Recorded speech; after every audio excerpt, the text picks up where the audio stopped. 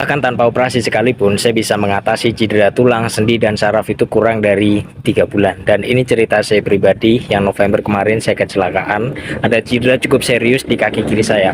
Ada 2 ruas tulang patah, tulang kering dan juga tulang betis patah.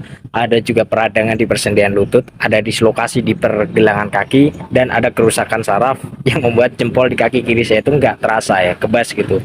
Dan pada saat itu memang dokter menyarankan saya untuk diambil tindakan medis karena kondisi yang saya alami itu cukup serius ya, cederanya itu melibatkan 3 hal, tulang, sendi, dan saraf.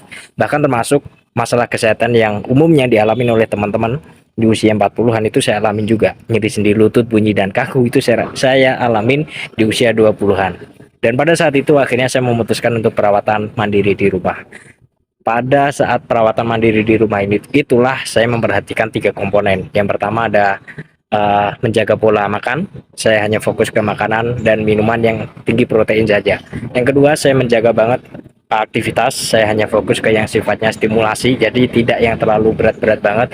Terus yang nomor 3, dan tidak kalah pentingnya adalah saya konsumsi juga 3 nutrisi tambahan. Yang pertama kalsium, yang kedua pelumas sendi, yang ketiga ada nutrisi untuk memperbaiki kerusakan sarafnya. Dan bersyukur banget kurang dari 3 bulan, saya ingat saya cuma 50 hari saya konsumsinya tuh. Setelah itu saya bisa belajar jalan tanpa tongkat walaupun masih pincang ya, digluk-digluk gitu. Tapi saat ini masuk bulan ke-5, bulan 4 mau ke-5, sekarang saya bisa ke masjid lagi bahkan tanpa alat bantu, kursi roda ataupun tanpa skrup ya.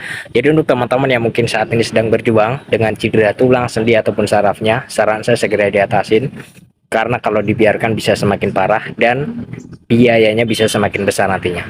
Kalau ada teman-teman ngalamin hal yang sama, cedera tulang, sendi ataupun saraf, nyeri sendi lutut, bunyi ataupun kaku, saran saya segera diatasin. Bisa diceritakan aja di kolom komentar, mudah-mudahan kita bisa berbagi solusi.